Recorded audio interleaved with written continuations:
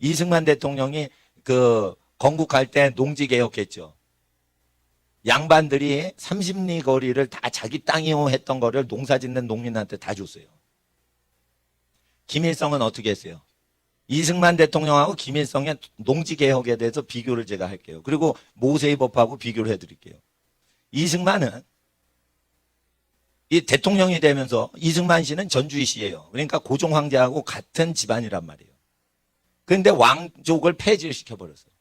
그리고 왕가가 갖고 있던 모든 수많은 농지를 다 농민들한테 줘버렸어요. 전주희 씨가. 그러니까 위대하다는 거예요. 이승만이가.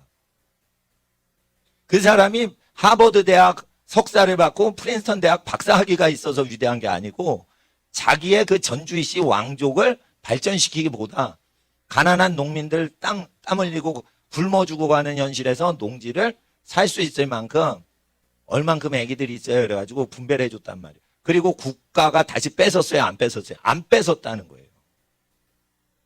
근데 김일성은 40년대에 인민들한테 공산당에 가입하라고 할 때는 뭘 줬어요? 북한 땅에 일제시대 때 국유지로 일본 총독부가 다스렸던 땅 뺏어가지고 땅 문서를 주면서 어떻게 했어요? 반일 운동하는 사람한테 주고 어떻게 해요? 공산당 가입하라고 그러고 6.25 전쟁 끝나고 나서 도로 뺏어버렸어요. 그러니까 토지개혁에 대해서 이승만 대통령은 모세법으로 운영을 한 거고 김일성이는 사기친 거예요. 준다고 했는데 줬어. 주고 뺏었어요. 그러니까 저는 그 월급 때문에 월급 받아먹고 힘들다 이런 게 아니고 월급보다 더 구조적인 게 삶의 터전 자체를 허용하지 않는 구조로 가냐 마냐 이 문제가 달려있는 거예요. 지금 구조가 현 정부가. 그래서 이제 토지권은 국가가 다 뺏어가려고 헌법 개헌을 하려고 법학자 출신이 사회주의자가 필요한 거예요. 그러니까 저 조국 가족이 조국이 아니고 프랭카드에 보니까 죄국이래. 죄국. 죄의 나라인가 봐. 그 집안이. 그러니까 조자에다가 짝대기 하나가 이렇게 붙었어요. 오늘 이렇게 프랭카드 막 데모하는 사람 보니까. 그 집이 죄국이라 죄의 나라라 이거예요. 비리공화국이다 이거예요. 비리백화점이다. 근데 왜 이렇게 많이 걸렸는데도 억지로 추진하냐. 토지 정책을 사회주의 공산주의로 하는데 사회주의 공산주의로 하면 토지 권리가 뺏겨요. 그래서 이승만 대통령이 했던 토지 개혁은 굉장히 좋은 거예요. 저희 큰 이모님이 황희정승 댁 후손 댁으로 시집을 갔어요. 일제시대 때.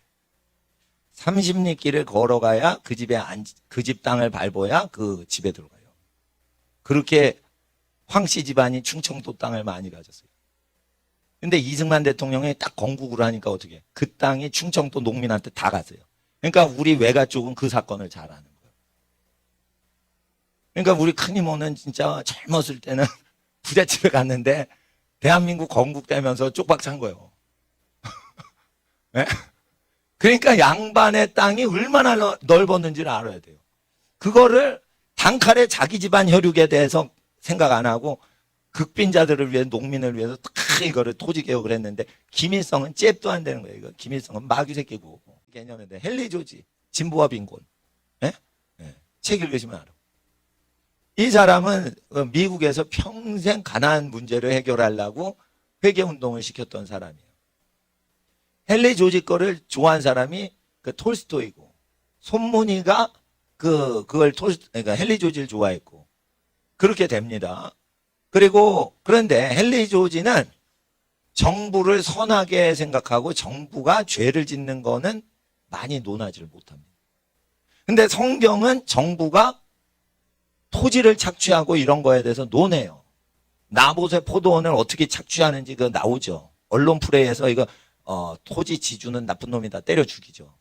공산주의자가 정부 차원에서 토지 뺐을 때 어떻게 하는지 공산당의 그 괴계를 미리 다 구약 성경에 기록이 다 돼 있어요. 언론책 선동을 통해서 뺏는 거. 그리고 이제 모세의 글들을 보면은 더 자세히 나와요. 엘리야의 글들뿐 아니고 모세의 글을 봐도 이게 잘 나와요. 근데 헨리 조지보다 더 완전한 게 성경이라고 저는 알게 된 거예요. 정부는 선한 게 아니에요. 부자가 나쁘다고 헨리 조지가 얘기해서 부자와 가난한 사람의 토지 정의 관계만 가르쳐요. 삼자가 빠졌어요. 권력자는요, 부자보다 더 나빠요. 여러분. 김일성이 왜 자기 사유재산을 다 포기한다고 선포를 했어요? 그래서 권력을 다 주려고 한 거예요. 김일성이 북한 주민한테 자기는 사유재산을 반대해서 무소유로 살겠다라고 가르쳤어요. 그래서 지금 주사파들이 거기에 넘어간 거예요. 김일성은 성자다. 사유재산이 없었다. 사유재산을 다 없애버리면 성경이 틀렸다고 주장하는 거예요. 사유재산이 없다는 것은 권력자가 자기가 다 갖겠다는 거예요. 그러니까 김일성한테 속은 거예요. 사유재산을 부인하면 욕심이 없는 걸로 착각을 하는 거예요. 그건 권력자는 부자보다 더 나쁘다는 거예요. 근데 헨리 조지 사상엔 그게 강력하게 언급이 안 돼 있어요. 그러니까 제 거를 믿으시는 게 헨리 조지 거보다 더 앞선 거예요. 또 제 홍보를 했습니다. 참 죄송합니다. 그렇지만 헨리 조지 거를 나는 수십 년 동안 이렇게 보고 연구를 하고 토지 정의에 대해서 하나님의 뜻이 무엇일까 정치 구조하고 이렇게 연구를 하다가 나는 선지서만 못하다라고 결론을 내린 거예요. 헨리 조지 책을. 선지서만 못하다. 모세의 글만 못하다는 거예요.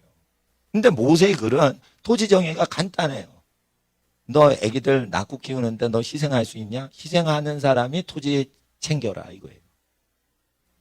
아니요, 나는 애 낳고 키우고 그런 거 하기 싫어요. 그냥 백성들이요 돈 벌어가지고 바치면 그거 갖고 편히 살래요. 이런 사람은 토지를 관여하면 안 되는 거예요.